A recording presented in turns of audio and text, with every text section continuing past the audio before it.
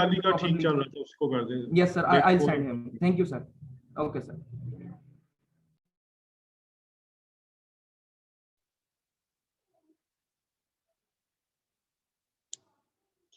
Thank you, Taimur. Now I would like to invite Sadaf for speech, or sorry, for movie review. Sadaf, please.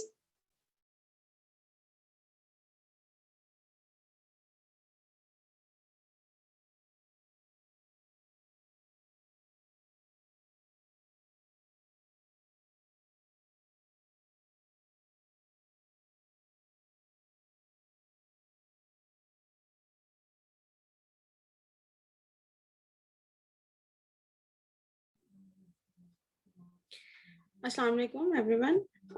Today I will talk about the movie Case 39. This is not specifically related to 23rd March or its activities, but I like this movie, that's why I want to share, and I would like to recommend you to watch this movie. So basically the movie is about, the writer of the movie is Ray Wright and the director is Kristen Albert. और इस movie में basically एक social worker है, उसकी story जो है वो बयान की गई है कि वो किस तरह से लोगों की हेल्प करती है। तो समटाइम्स कुछ लोग खुद भी फंस जाते हैं। तो और जो एक लेसन है एंड में, वो मैं आपको बताऊंगी जरूर। इसमें ये होता है कि एक को वर्कर होती है, एमिली जेंकिन उसका नेम है, और वो बच्चों को सोशल सिक्योरिटी प्रोवाइड करती है। स्कूल्स के अंदर जब बच्चों के साथ एब्यूजिव बिहेवियर हो या घर में हो, उनको वो सिक्योरिटी प्रोवाइड करती है। तो होता ये है कि उसको एक केस रेफर किया जाता है। अब ये केस जो उसको रेफर किया जाता है, इसका नंबर एमिली के पास 39 होता है, इसलिए इसका नाम, मूवी का नाम 39th केस रखा गया है, केस 39 रखा गया है। अब उस केस में ये होता है कि एक बच्ची जो होती है, उसकी स्कूल में ग्रेड्स जो हैं वो लो आ रहे होते हैं, A+ से वो D ग्रेड पे जा रही होती है, और उसके साथ ये कंप्लेन होती है कि वो स्कूल में बहुत ज्यादा सोती है। तो वो एमिली को केस रेफर किया जाता है, although she would not like to investigate the case, but बच्ची की जब वो पिक्चर देखती है उसके पोर्टफोलियो के ऊपर, तो वो उसको मतलब अपील करता है कि उस केस को इन्वेस्टिगेट करे। वो उस बच्ची के घर जाती है, और जब इन्वेस्टिगेट करने की कोशिश करती है तो उसका पेरेंट्स का बिहेवियर जो होता है वो बड़ा एबनॉर्मल सा होता है। वो उधर से ही जज करते हैं कि कुछ ना कुछ गलत है। और फिर उसके बाद वो अपने आके बॉस से, जो उसके मतलब जो टीम होती है, उसके हेड होते हैं, उनसे बात करती है। वेन उनका नेम होता है। वो कहते हैं हम उस वक्त तक कोई भी स्टेप नहीं ले सकते जब तक कि हमारे पास कोई प्रूव ना हो।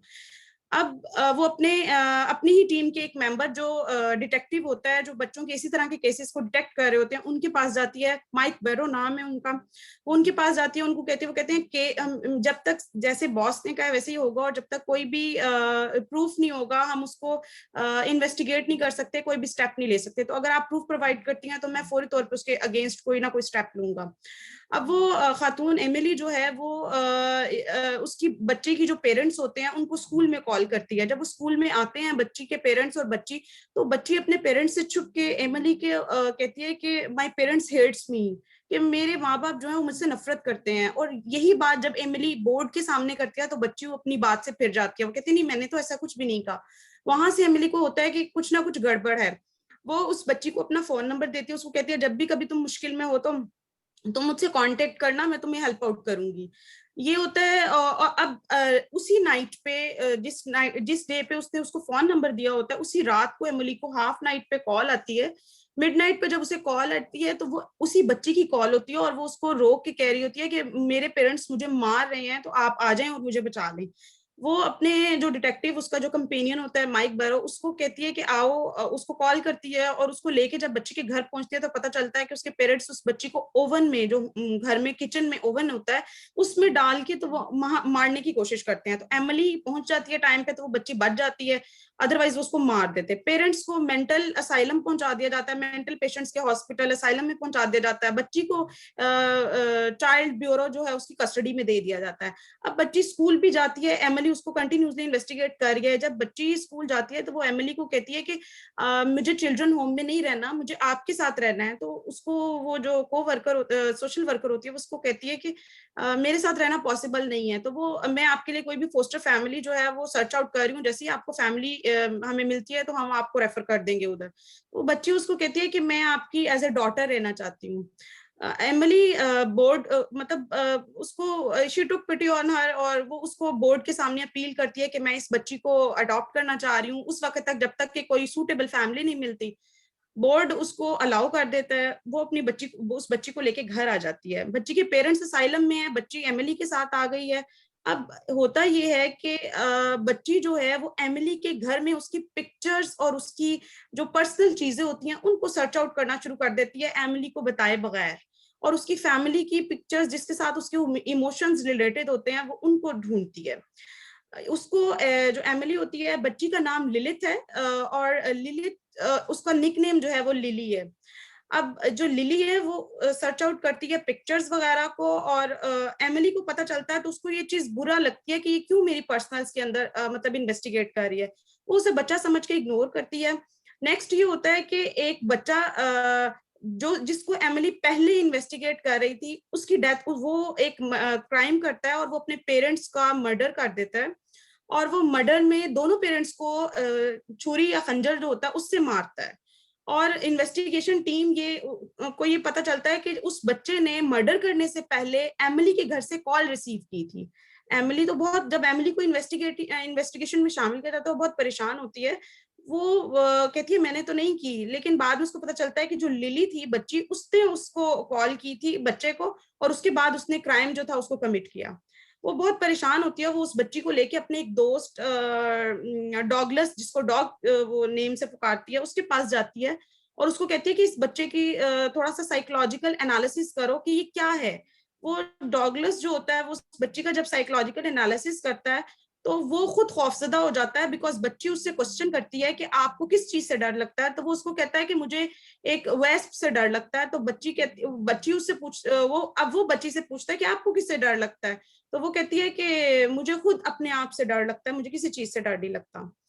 अब वो जो डॉगलस होता है वो बहुत खौफजदा हो जाता है उसके इस तरह से बिहेव करने पे। वो एमिली को आके बताता है और कहता है कि आप इसको मैं अपने जो अपने सीनियर हैं उनको रेफर करता हूँ, आप उनको इसको दिखा लें, उनसे सेक्शन ले लें इसका।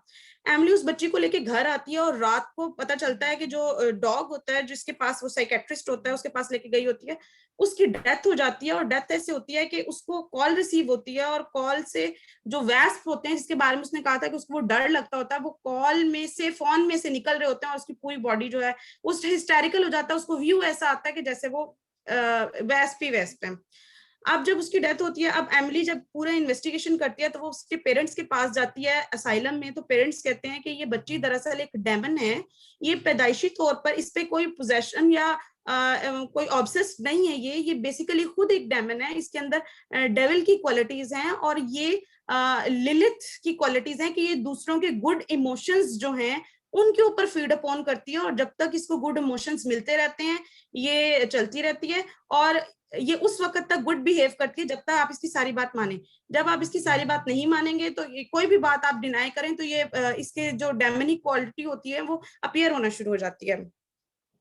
अब एमिली उस बच्ची को किल करना चाहती है लेकिन वो बच्ची किल नहीं होती, और साथ ही बच्ची एमिली से पूछती है कि तुम कहाँ गई थी आज। एमिली कहती है कि मैं कहीं पे भी नहीं गई थी। तो वो कहती है तुम मेरे पेरेंट्स से मिलने गई थी, बताओ मेरे पेरेंट्स ने तुम्हें क्या बताया। वो बहुत हैरान होती है कि इसे कैसे पता चला, और साथ ही पता चलता है कि एमिली के दोनों पेरेंट्स हिस्टेरिक फिट्स उनको पड़ते हैं उसी वक्त और वो दोनों मर जाते हैं।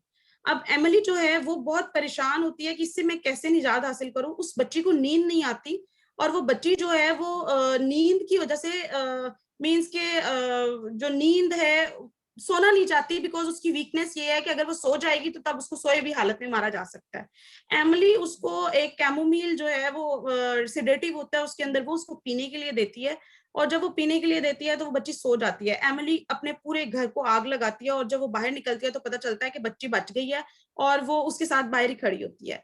अब वो उसके लिए बहुत बड़ा मसला बन जाता है, वो चाहती है कि किसी ना किसी तरह इससे छुटकारा हासिल करे। वो उसको जो जितने भी फायर ब्रिगेड वाला अमला होता है वो उनको गाड़ी में बिठाता है, उनको कहता है जी आप हमारे साथ चले, हम आपको किसी सेफ प्लेस पे पहुंचा देते हैं तो स्पेंड नाइट। अब वो जब जा रही होती है तो अचानक वो अपना ट्रैक चेंज करती है, बिकॉज पीछे पुलिस की गाड़ियां होती हैं, तो अपना फुल तौर पे ट्रैक चेंज करती है। जब वो रैश ड्राइविंग करती है तो जो एमिली, वो जो लिली होती है बच्ची जो होती है, वो उसको बोलती है कि आपकी मदर भी ऐसे ही करती थी, रैश ड्राइविंग करती थी, तो तुम रैश ड्राइविंग ना करो। अब वो एमिली को मेंटली उसकी उस स्टेज में लेके जाना चाह रही है जहां पर उसकी मदर का एक्सीडेंट हुआ था रैश ड्राइविंग के लिए, और फिर वहां पर वो उसकी जो इमोशंस होते हैं वो डिस्टर्ब हो जाते हैं, और फिर वो उस डिस्टर्ब इमोशन के जरिए उसको किल करना चाहती है। अब एमिली जो है वो अचानक से सारा सीन उसकी आंखों के सामने आ जाता है। जब वो छोटी सी बच्ची थी तो उसकी मदर का ऐसे ही एक्सीडेंट हुआ था। वो अपनी उस खौफ के ऊपर काबू पाती है, ओवरकम करती है, और वो उसको कहती है कि नहीं, मुझे अपने खौफ से डर नहीं लग रहा और मुझे कोई भी सीन नजर नहीं आ रहा और ना ही मेरी मदर का ऐसे एक्सीडेंट हुआ था जैसा तुम कह रही हो। यहाँ पे वो बच्ची लिली परेशान होती है कि यहाँ पे उसका जो टूल होता है लोगों को उनके डर के जरिए मारने वाला, वो फेल हो जाता है। और एमिली वो गाड़ी जो है वो एक दरिया में फेंक देती है और फिर वहां से बच्ची जो होती है वो भी निकलने की कोशिश करती है, एमिली भी निकलने की कोशिश करती है, लेकिन वो प्री प्लान उसका होता है और वो पूरी तौर पे गाड़ी का डोर जो है वो खोल के बाहर निकल आती है और डोर क्लोज करती है तो बच्ची का जो पाँव है वो किसी होल के अंदर स्टक कर जाता है और वो वहीं पे डूब के मर जाती है। तो बेसिक लेसन जो था वो इस स्टोरी में वो ये था कि आपका अपना खौफ जो है वो आपका सबसे बड़ा किलर होता है। जब आप अपने खौफ पे, अपने डर पे ओवरकम करना सीख जाते हैं तो दुनिया में कोई भी ऐसी परेशानी नहीं है जो आपको हरा सके, जो आपको डिफीट कर सके। तो चाहे वो खौफ आपका ऑडियंस के सामने जाने का हो, किसी के सामने बोलने का हो, पेपर का हो, एग्जाम का हो, किसी भी चीज का अगर आपके अंदर खौफ है तो सबसे पहले उस खौफ को बाहर निकाल दें, फिर हर तरफ विक्ट्री आपकी होगी। Thanks. Thank you Sadaf, an informative message indeed. अब मैं नेक्स्ट इनवाइट करना चाहूंगी फुरकान को। फुरकान लेके आएंगे पैट्रियोटिक पोइट्री, तो हम एक शेर से उन्हें इनवाइट करेंगे। तुम हो एक जिंदा ओ जवेद रवायत के चिराग, तुम कोई शाम का सूरज हो जो ढल जाओगे। Please Furqan for patriotic poetry. Thank you Anam, आप बहुत अच्छा शेयर था आपकी तरफ से। मैं एक फैज साहब की एक नज़म है, मैं वो पेश करना चाहूँगा। उन्होंने एक तराना लिखा था, लेकिन क्योंकि फैज साहब का अपना ही अंदाज है, वो रेवोल्यूशनरी राइटर हैं, तो उनके तराना भी उन्हीं की तरह बड़ा रेवोल्यूशनरी है। दरबार वतन में जब एक दिन सब जाने वाले जाएंगे, दरबार वतन में जब एक दिन सब जाने वाले जाएंगे, कुछ अपनी सजा को पहुंचेंगे, कुछ अपनी जजा ले जाएंगे। ए खाक नशीनों उठ बैठो, वो वक्त करीब आ पहुंचा है। ए खाक नशीनों उठ बैठो, वो वक्त करीब आ पहुंचा है। जब तख्त गिराए जाएंगे, जब ताज उछाले जाएंगे। अब टूट गिरेंगी जंजीरें, अब जंदानों की खैर नहीं। अब टूट गिरेंगी जंजीरें, अब जंदानों की खैर नहीं। जो दरिया झूम के उठे हैं, तिनकों से न टाले जाएंगे। कटते भी चलो, बढ़ते भी चलो, बाजू भी बहुत हैं, सर भी बहुत। कटते भी चलो, बढ़ते भी चलो, बाजू भी बहुत, सर भी बहुत। चलते भी चलो कि अब डेरे मंजिल पे ही डाले जाएंगे। ए जुल्म के मातू लब खोलो, चुप रहने वालों चुप कब तक। ए जुल्म के मातू लब खोलो, चुप रहने वालों चुप कब तक। कुछ हश्र तो उनसे भी उठेगा, कुछ दूर तो ना ले जाएंगे। Thank you.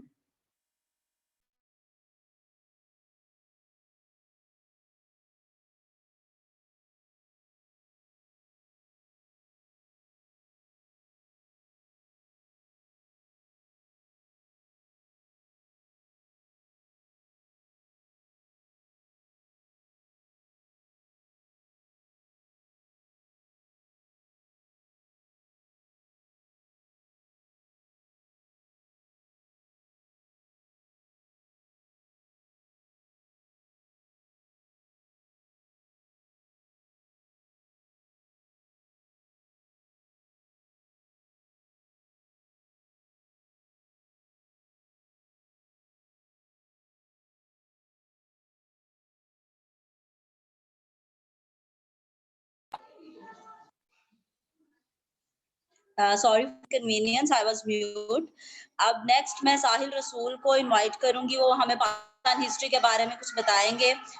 उनको मैं शेर से इनवाइट करना चाहूंगी। अगर ये वेंडर मेरी गली में ना आता। लिखना नहीं आता तो मेरी जान पढ़ा कर, हो जाएगी तेरी मुश्किल आसान पढ़ा कर। वेलकम साहिल।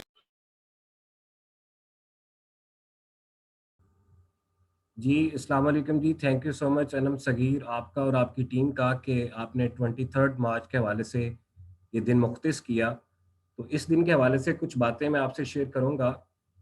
वतन के जानिसार हैं, वतन के काम आएंगे, हम इस जमीन को एक रोज आसमान बनाएंगे। मेरे यारान वतन, पाकिस्तान एक आम सरजमीन नहीं है।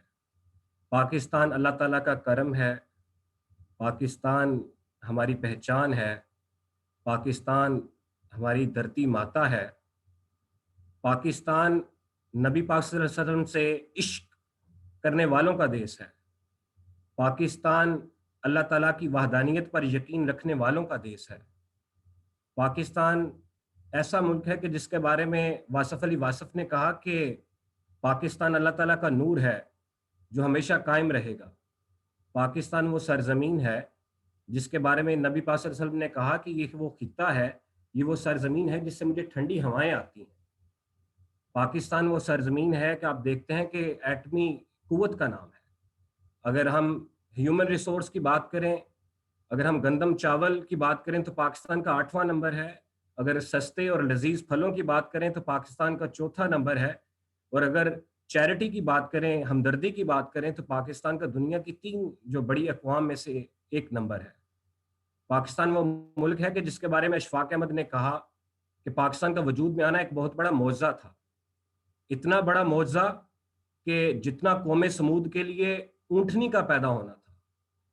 अगर हम इस मुल्क को हज़रत साले की ऊँटनी समझना छोड़ देंगे तो ना आप रहेंगे और ना आपकी यादें रहेंगी। तो लिहाजा इस मुल्क को इसका एहतराम और वाजिब हम पर फ़र्ज़ है। तो ये सारी बातें जो आपसे शेयर मैं कर रहा हूँ, ये तो इंडिकेटर्स जिंदा और जवेद रहने के हैं, ये कायम दायम रहने के हैं और इंशाल्लाह पाकिस्तान कायम दायम रहेगा, जिंदा जवेद रहेगा। यहाँ पे कुछ नाम नहाद माहिरीन हैं, नजूमी हैं, जो पाकिस्तान को एक नाकाम रियासत का नाम देते हैं, लेकिन पाकिस्तान इंशाल्लाह कायम दायम रहेगा। आप देखते हैं कि 196 कंट्रीज में से कुछ 150 कंट्रीज ऐसे हैं जिनके वसाइल पाकिस्तान से 50% कम है, बड़े से ऐसे हैं और पाकिस्तान से कम है। लेकिन क्या ये खसूसी इनायत पाकिस्तान के लिए है कि पाकिस्तान को हमने नाकाम रियासत का नाम देना है? तो लिहाजा मैं यहाँ पे आपसे ये भी बात शेयर करूंगा कि देखें, दुनिया के जो तरक्की याफ्ता मुल्क होते हैं उनकी दरसगाहों में आप देखेंगे कि नई जो नस्ल होती है ना, उनके अंदर ये एक ऐसा पैगाम जो है रासिख किया जाता है कि आपके वतन 2 होते हैं, आपके घर 2 होते हैं। एक वो घर जिसकी छत के नीचे आप सोते हैं, जिसको आप मकान कहते हैं, और एक घर जिसकी ज़मीन पर आप चलते हैं, जो आपकी पहचान है, जो आपका मुल्क है। तो घर 2 हैं। जब हम अपने घर मकान की बात करते हैं तो हम अपने घरों में देखते हैं कि वाशरूम किचन की सफाई हो, आपके ड्राइंग रूम के पर्दों की सफाई हो, सोफे की सफाई हो या किसी कमरे की दुरुस्ती हो तो हम फौरन कर लेते हैं। लेकिन जब अपने वतन की बात आती है तो हम देखते हैं कि हम ऐसा नहीं करते, बेजारी का इजहार करते हैं, लातलकी का इजहार करते हैं। तो ज़रूरत इस बात की है कि हम अपने इस रियासत को, मुल्क को, इसकी सब चीज़ों को अपनी चीज़ें समझें और अपनी चीज़ों की हिफाजत खुद किया करते हैं, और ये हमने अपने बच्चों को भी दर्स देना है। तो thank you so much. Pakistan जिंदाबाद। बहुत शुक्रिया साहिल रसूल। जी Ali Samir, now you can share your screen. Ali Samir. जी जी जी, मैं करता हूँ।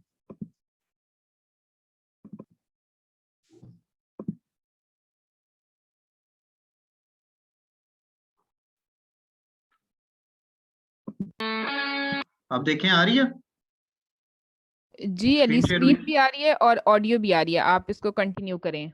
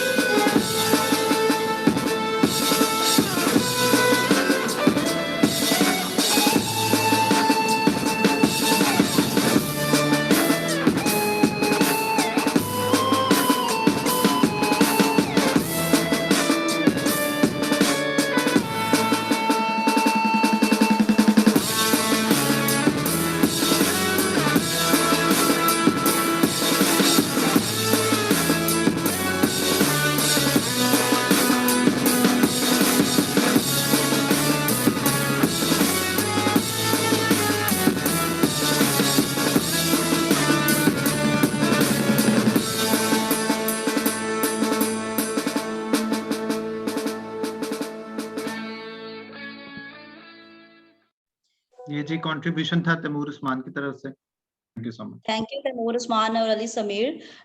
It was informative and beautiful Pakistan indeed. अब मैं बुलाना चाहूंगी जाहिद को. हमारा कोई भी इवेंट कंप्लीट नहीं होता एज नूरजहां ने गाया था कि वतन के सजीलो जवानों मेरे नगमे तुम्हारे लिए हैं, तो बैच के सजीले जवानों जाहिद के नगमे हमारे लिए हैं. जाहिद भाई please continue. Thank you so much, Anam, for your kind words. जो मैं नगमा आप लोगों को सुनाने जा रहा हूँ, ये पहले तो मेहदी हसन साहब ने गाया था originally, which is matchless, unparalleled, simply beautiful. और अली समीर ने भी उसको बड़े खूबसूरत अंदाज में प्ले किया, और मैं भी कोशिश करता हूँ उसके साथ कुछ ना कुछ इंसाफ कर सकूं. ये वतन तुम्हारा है, तुम हो पास इसके, ये वतन तुम्हारा है, तुम हो पास इसके, ये चमन तुम्हारा है, तुम हो नग़मा ख़ां इसके, ये चमन तुम्हारा है, तुम हो नग़मा ख़ां इसके. इस चमन के फूलों पर रंगो आब तुमसे है, इस चमन के फूलों पर रंगो आब तुमसे है, इस ज़मीं का हर जर्रा आफताब तुमसे है, ये फजा तुम्हारी है, बहरो बर तुम्हारे हैं, कहकशां के ये जाले रह गुजर तुम्हारे हैं, ये वतन तुम्हारा है, तुम हो पास इसके, ये चमन तुम्हारा है, तुम हो नग़मा ख़ां इसके. बहुत शुक्रिया, थैंक यू सो मच. बहुत खूबसूरत आवाज जाहिद. अब मैं बुलाना चाहूंगी राय अंसर को. उनके टॉपिक का अंदाजा आपको इस शेर से हो जाएगा. उर्दू है मेरा नाम, मैं खुसरू की पहेली, मैं मीर की हमराज हूँ, गालिब की सहेली. प्लीज राय अंसर अली.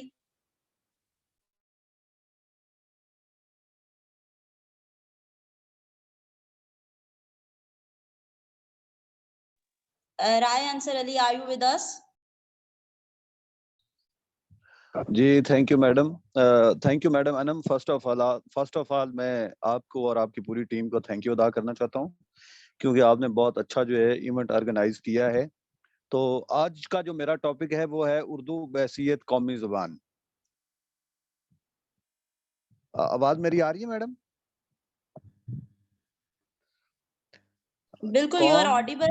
कंटिन्यू करें. और काइंडली मैं छोटी सी अनाउंसमेंट भी करना चाहती हूँ कि चूंकि टाइम हमारे पास कम है, तो सारे टाइम कंस्ट्रेंट्स का ख्याल रखें अगले जितने भी पार्टिसिपेंट्स हैं. Thank you. जी थैंक यू मैडम. कौम और कौमियत का साइंसी तस्वर तो हमने मगरबी अलूम से सीखा है, और ये साइंसी अलूम तस्वर भी कौमियत के अहम अज्जा में ज़बान की यकसानियत का शुमार करता है, और हर कौम के लिए एक मखसूस ज़बान की मौजूदगी पर जोर देता है. यही ज़बान इस मखसूस कौम की कौमी ज़बान कहलाएगी. 20वीं सदी ईस्वी की इब्तदा में जब मुसलमानों ने अलग कौमियत का नारा लगाया और मुनफरिद कौमी खसूसियत रखने की बिना पर एक अलग मुल्क का मुतालबा किया, यानी पाकिस्तान, तो पाकिस्तान की कौमी ज़बान का मसला ज़ेरे बहस आया. हमारे कैद मोहम्मद अली जना ने बड़े बेबाकाना अंदाज में ऐलान किया कि पाकिस्तान की कौमी ज़बान सिर्फ और सिर्फ उर्दू होगी. ये ऐलान हमारी सकाफत के मुस्तहकम होने का ऐलान था. मुजाहिदीन आज़ादी ने इसका इस्तकबाल किया. 1947 में मुल्क तकसीम हुआ तो हिंदुस्तान के मुसलमानों के साथ साथ हिंदुस्तान से उर्दू को भी देश निकाला दे दिया गया. हनूद ने उर्दू से दस्तबरदार होकर संस्कृत अमेज भाषा के 1000 साला तन मुर्दा में नफा रूह की कोशिश शुरू कर दी. ये हजरत लसानियत का ये बुनियादी कुलिया फरमोश कर बैठे कि ज़बानें जिंदा करने से जिंदा नहीं हुआ करती, बल्कि जब किसी ज़बान में जिंदगी की रमक मौजूद होती है तो वो खुद ब खुद जिंदा जवेद हो जाया करती है। वतन अजीज में इस जबान का इस्तकबाल कुछ अच्छे तरीके से ना किया गया। अंग्रेजी हमारी दफ्तरी और अदालती जबान की असलियत से बरा जमा रही। आला तलीम भी बकौल आजाद अंग्रेजी कफलों में बंद रही और हम एक दूसरे का मुंह तकते रहे। चूंकि उर्दू हमारी कौमी जबान है और किसी भी कौमी जबान को कौमी जबान का दर्जा हासिल करने के लिए कुछ खसूसियात का हामिल होना जरूरी है जो दर्ज झैल हैं। वो जबान जो तमाम मुल्क में थोड़ी बहुत बोली और समझी जाती है, मुल्क के तमाम बशिंदे इसकी अच्छी खासी तादाद की मादरी जबान हो, आसानी से सीखी जा सके, कौम की उमंगों और आरजुओं की मजर हो, सारी कौम की सकाफती रूह इसमें मौजूद हो, हाल और मुस्तकबिल की जुमला जरूरियात पूरी करने की सलाहियत रखती हो, किसी हद तक बैन अल-अक़वामी जरूरियात को पूरा करके कर सके तो बेहतर है, तहजीब व तमद्दन की आईनादार हो। इस म्यार पर अगर जांचा जाए तो हमारे मुल्क में उर्दू ही वो वाहिद जबान है जो कौमी जबान की खसूसियत पर पूरा उतरती है। मैं अपने मौजू को एक शेर के साथ कंक्लूड करना चाहूंगा और वो शेर है दाग दहलवी साहब का। उर्दू है जिसका नाम हमें जानते हैं दाग, हिंदुस्तान में धूम हमारी जुबान की है। Thank you very much. Thank you sir. Answer सलीके से हवाओं में जो खुशबू घोल सकते हैं, अभी भी कुछ लोग बाकी हैं जो उर्दू बोल सकते हैं। नवीद साहिब को मैं इनवाइट करना चाहूंगी फॉर पोएट्री। जी अस्सलाम वालेकुम। मैं ये जो नज़म पढ़ने जा रहा हूँ इसका उन्वान है मेरे वतन के उदास लोग। मेरे वतन के उदास लोगों, न खुद को इतना हकीर समझो कि कोई तुमसे हिसाब मांगे, न खुद को इतना कलील समझो कि कोई उठकर कहे ये तुमसे। वफाएं अपनी हमें लौटा दो, वतन ये अपना हमें थमा दो। उठो और उठकर बता दो इनको कि हम हैं अहले ऐमान सारे। ना हमने कोई सनम कदा है, ना हमारे दिल में कोई सनम कदा है, हमारे दिल में बस एक खुदा है। झुके सरों को उठाकर देखो, कदम को आगे बढ़ा कर देखो, है एक ताकत तुम्हारे सर पर। कदम कदम पर जो साथ देख, अगर गिरे तो संभाल ले। मेरे वतन के उदास लोग, उठो चलो और वतन संभालो। शुक्रिया। जी बहुत शुक्रिया नवीद हैदर साहब। आपके इस पोएटिक वर्जन के बाद है एक मेरी तरफ से शेर है। हम ख्वाब हैं इकबाल का, कायद का हम अरमान हैं, हम आबरू हैं कौम की, हम फ़ख्र पाकिस्तान हैं। This is dedicated to all the lady participants. Now I would like to invite Mr. Khalil Ahmed for patriotic poem. Khalil साहब kindly raise your hand. Mr. Khalil Ahmed.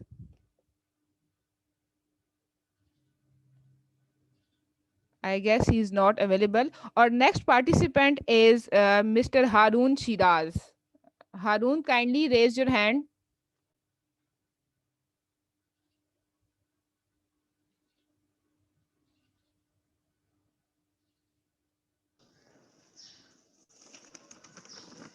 Ji Haroon, please continue. Thank you, Arfa. Am I audible to you?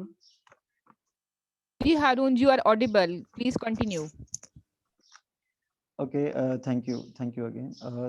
I have dedicated this poem to all those who laid down their lives in the war on terrorism and extremism.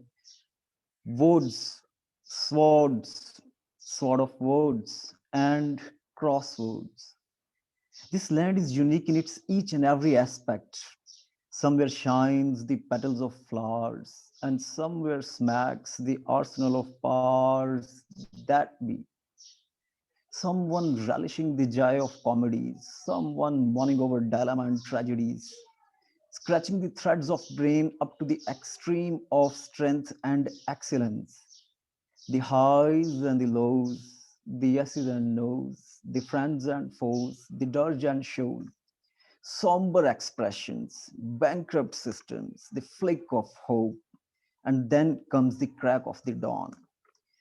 Like a dying duck in the thunderstorm, and like a wilted flower among the thorns, trapped in the tortures and tragedies of nature and sapped by the trials and tribulations of time.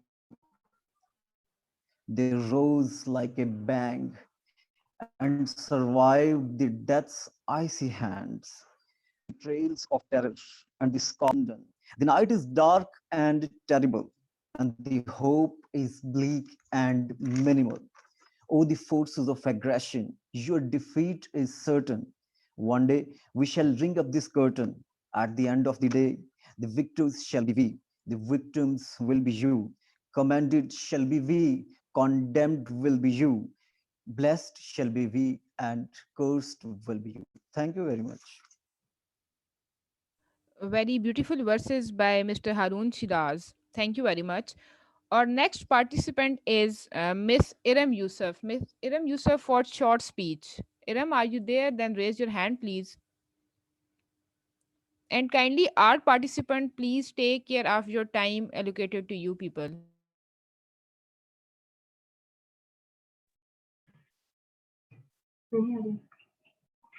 Bismillahirrahmanirrahim.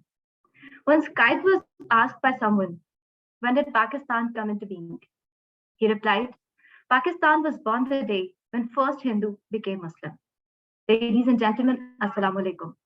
This is Iram, and today I'm going to share my views on Pakistan Resolution Day.